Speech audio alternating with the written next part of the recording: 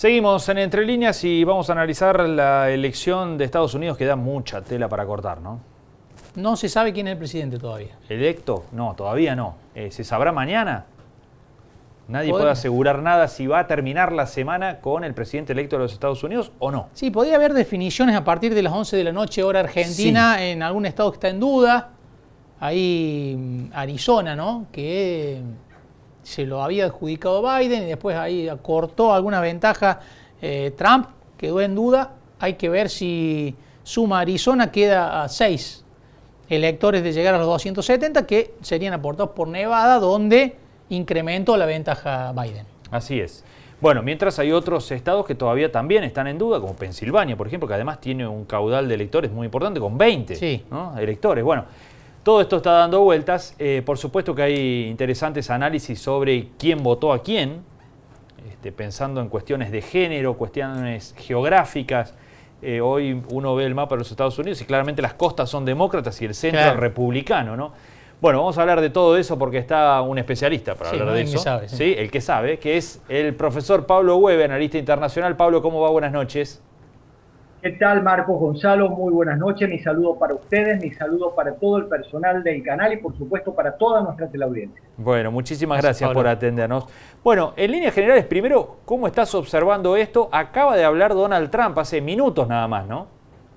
Bueno, lo estuve escuchando. La verdad es que yo no sabía si había puesto el informativo o estaba viendo algún programa viejo de los Tres Chiflados. La verdad es que no está pisando en la realidad. La verdad es que Donald Trump está en una realidad paralela. Está viviendo en Matrix. Está hablando de fraude sin tener una sola prueba.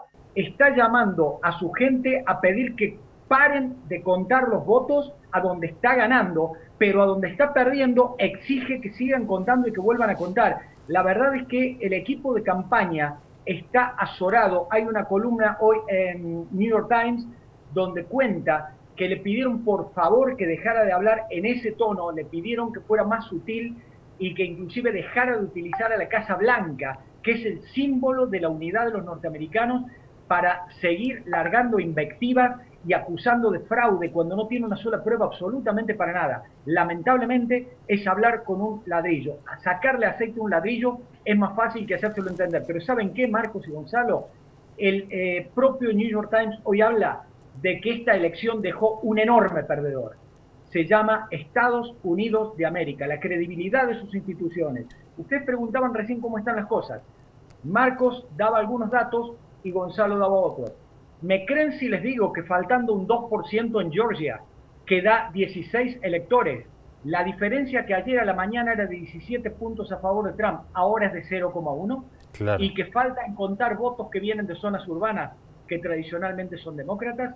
¿Me creen si les digo que la diferencia ínfima en Pensilvania, de un estado que, como bien dijeron, da 20 electores, estamos hablando de que faltan contar 400.000 votos y que van a venir de Filadelfia y que van a venir de Pittsburgh, dos ciudades profundamente demócratas que pueden revertir ese resultado?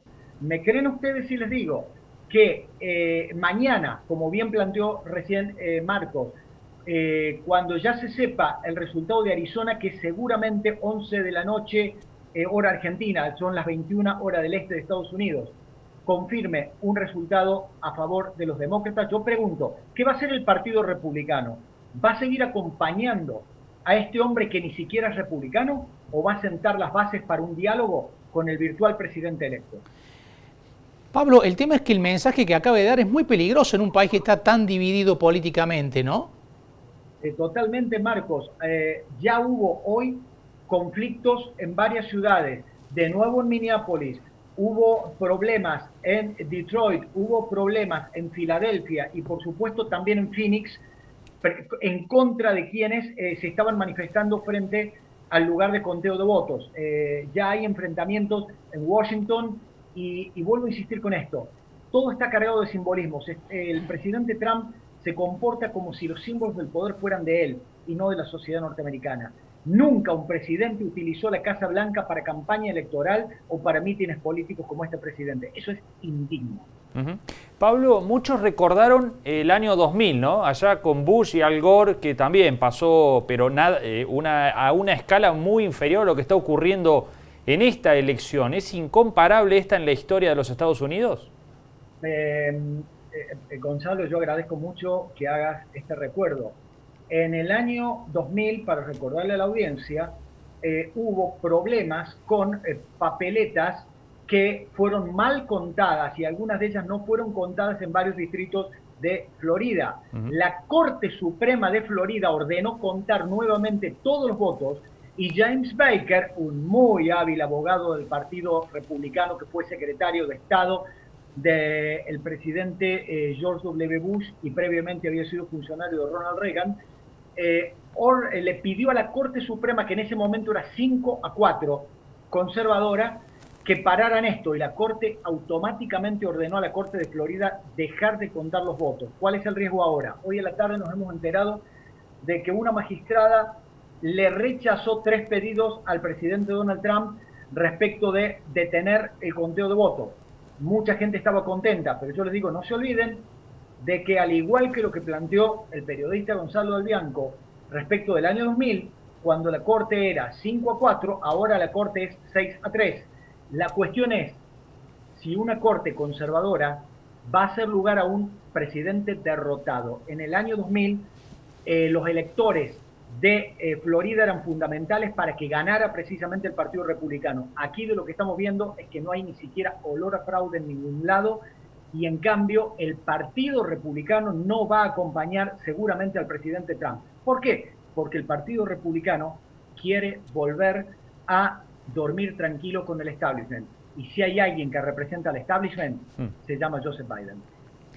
Pablo, el tema es por qué un país como Estados Unidos llega a esta instancia con votaciones tan parejas en los estados, en muchos estados, con un presidente como Trump, que vos señalabas, ¿no? Alguien que asombra por haberse llevado por delante todas las instituciones, todas las formas, todas las maneras y además toda posibilidad de evitar cualquier confrontación entre la población.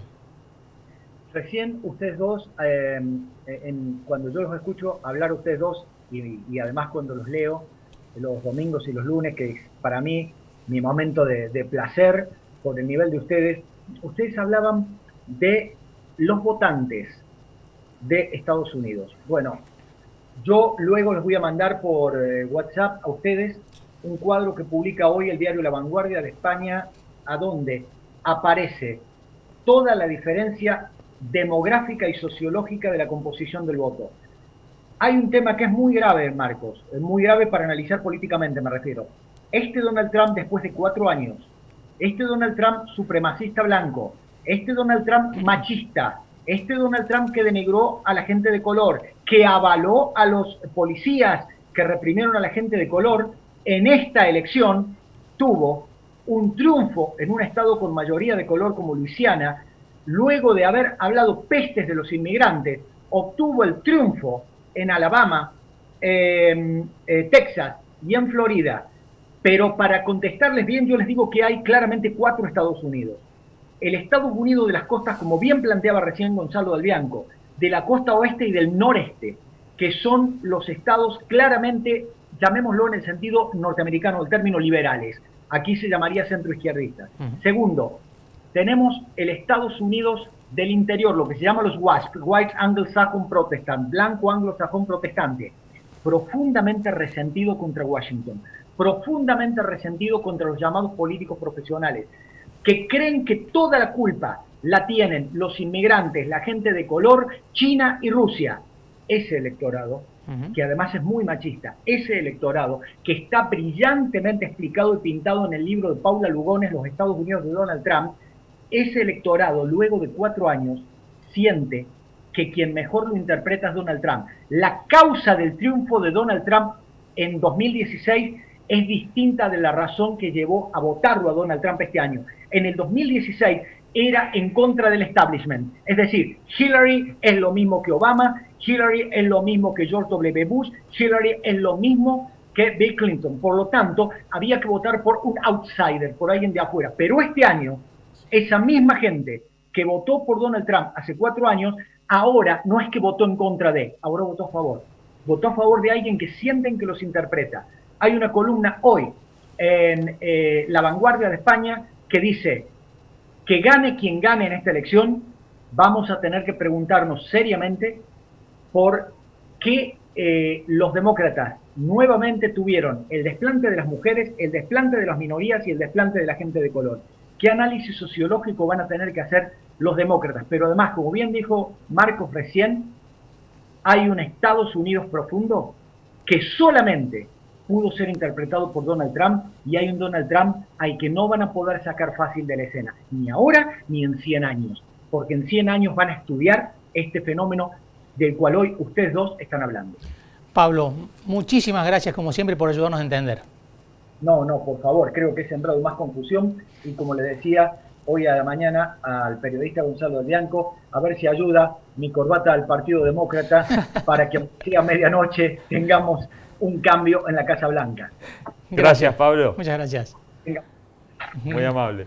Ahí está el profesor Pablo Hueve, analizando esta elección tan compleja de los Estados Unidos que nos ha tenido a muchos atentos en los últimos días. Sí, la gran pregunta, ¿no? Es ¿por qué los votantes de Trump terminan identificándose con un personaje así, ¿no? Que es presidente de Estados Unidos. Sí.